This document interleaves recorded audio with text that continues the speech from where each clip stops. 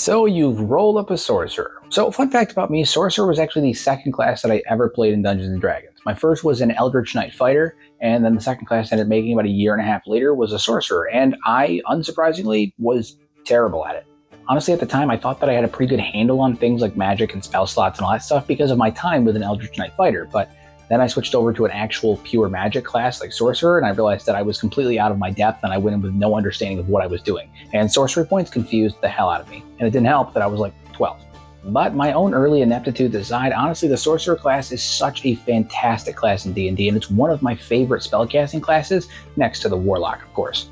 And that's not only because of its unique flair, but also because of its incredibly compelling narrative of how the class actually functions in lore. However, there are ways to make the class even more compelling than it already is, both from a narrative perspective and from a gameplay perspective.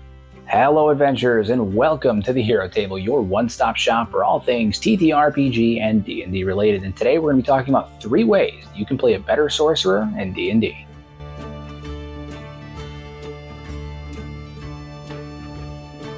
So the first tip that I have is to make your sorcerer's magic dangerous and unstable. Rather than treating your sorcerer's magic like some reliable tool, instead emphasize the dangerous and unpredictable nature of it. Because unlike a traditional wizard who has studied and learned the intricacies of magic in order to hone their craft, sorcerers were born with these abilities, and because they were born with it, they may not always be able to control it. By doing this, you can add some tension and drama to your spellcasting, making every single decision and every move a calculated risk. For example, you could create a character that is a volatile prodigy. In terms of a backstory for how this volatile prodigy could function, maybe your powers manifested themselves during a traumatic event, something that scarred you both mentally and physically. And now, maybe as a result of that trauma, your magic is wild and sometimes hard to handle, unfortunately resulting in you lashing out uncontrollably at times. And to tie this all in mechanically, you could choose the wild magic origin, but then alter the wild magic surge table to include much more dramatic and intense effects, things like summoning random creatures or creating anti-magic fields. And then just to tie everything in from the roleplay perspective, you could have your character be anxious and haunted by their lack of control, terrified of hurting the people around them.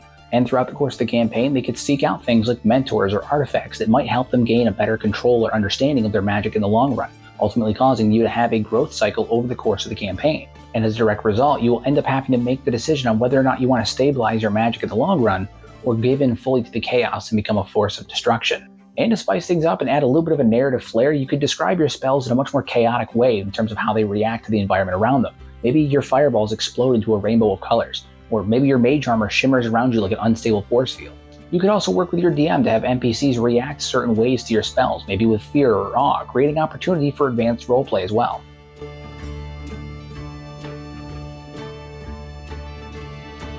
So the next tip I have for you is tying your sorcerer's magic to a powerful and sometimes specific entity. You see, sorcerers are born with their ability to use magic, unlike wizards who are studied and learn how to use their magic over time. And this natural proficiency with magic is usually the result of someone in your family line having a connection to magic themselves.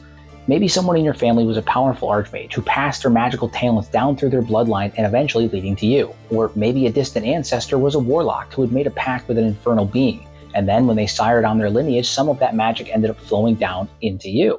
Or maybe at some point in your family history, someone got a little too up close and personal with a dragon, and you know who you are, Gerb. But regardless of where your magic came from, by having a deep and personal connection with the original source of your lineage's magic, you can use that to influence the type of magic that you use, as well as your overall destiny for your character. The example that I have drummed up for this one is the dragon-touched scion. Maybe a long-forgotten ancestor of your sorcerer has made a warlock pact with a dragon, and as a result, dragon magic now flows through your veins. But not only that, the dragon itself actually continues communication with your family line, guiding you, offering advice, and sometimes pushing you to make decisions that you wouldn't normally make. And to tie this in from a mechanical perspective, you could pick the draconic bloodline origin, but greatly expand on the influence the dragon has on your character. For example, if the dragon is going to be an active part of your sorcerer's life, being the origin point of your family's magic, maybe they grant you things like extra spells or unique abilities in exchange for completing tasks, similar to that of a warlock patron. And then with roleplay, you can connect everything together by having your sorcerer be torn between completing their own desires and the demands of the dragon. You can even tie in unique oppositions, like having your character be hunted down by dragon hunters, or even a rival dragon who sired their own lineage. And to add just a little bit of a narrative flair, you could change your spells to be described as having a really draconic influence. Maybe Shield shows up as a shimmering wall of draconic scales, or maybe Fireball shoots out as a giant dragon's maw launching towards your enemies. You could even have your draconic ancestor communicate with you directly through dreams or visions, therefore creating a sense of urgency as well as also pushing your own character's storyline forward in the campaign.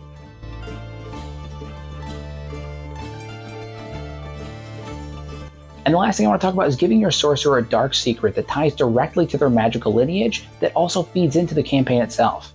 And this is obviously something that you want to pair with your DM beforehand on, but by giving your sorcerer a unique tie-in that is directly related to their family line and ties into the central main story, it can give you a really good opportunity where they are forced to become a key player in the written story, whether they like it or not.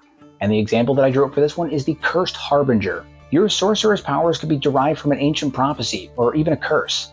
They could be the cursed reincarnation of a legendary figure, or potentially the future vessel for a powerful demon, or even the key to unlocking a powerful and dangerous artifact. And to tie this in mechanically, you could pick the shadow magic origin from Xanathar's Guide to Everything, but reflavor some of the abilities to reflect that ancient prophecy or curse. For example, you could use flavor text to change Hound of the Yellow Omen to instead feature a shadowy figure that is directly tied to your past life, or potentially a figure that was deeply connected to your ancestors' history. And from a roleplay perspective, your character could be one who is hunted by those who want to exploit or even destroy them, and they could really struggle with their own sense of self and identity, trying to figure out if they're going to be someone who is great and helpful to the world, or the harbinger of doom. And just like with the first two, you could change the way that some of your spells look to add a little bit of a narrative flair, this time adding some shadowy or ominous elements to the way that they function. For example, Mage Hand can be described as a skeleton hand rather than its usual spectral hand. Or your Fireball spell can be changed to go from that traditional fiery palette to having flames that are black with tinges of green in it. And by working with your DM, you could have NPCs recognize your character as being the chosen one, or even the cursed one, which would create unique and intriguing opportunities for dynamic roleplay. And lastly, I do have two things that I wanted to bring up as kind of a bonus, because I didn't think that they warranted an entire section of the video devoted to them, but I do think that they're incredibly unique and can add a creative flair to your sorcerer or any spellcaster really. The first one is working with your DM directly to create a signature spell or cantrip that your character can use that is reflective directly of their origin. For example, a Draconic sorcerer may gain access to a breath attack, whereas a Shadow sorcerer may be able to lance tendrils of darkness at their enemies. And by doing this, you can give your sorcerer a bit more of a creative flair that is directly related to their lineage and make them feel all the more unique amongst all the other spellcasters. And the second idea is one that I actually brought up in my Warlock video, which is the implementation of a rival NPC. This could be another sorcerer, someone from another lineage, or just someone that they used to know growing up. By having some kind of magical rival that your character has to compete against throughout the course of the campaign, it gives you the feeling that your character is really involved in the world and also makes them feel more alive and dynamic in the roleplay. So there you go. By adding depth to your sorcerer's backstory, adding mechanical tie-ins, and changing their roleplay potential, you can take them from being a simple spellcaster to a really complex and deep character that is memorable at the table. Because whether they're a volatile prodigy, a dragon touch scion, or even a cursed harbinger, they can be just as fun and dynamic and influential in the campaign as any warrior or rogue could ever be. But that is all the time I have today, adventurers, so thank you for stopping by the hero table, and as always, I hope your rolls are critical, your adventures are legendary, and I'll see you at the table.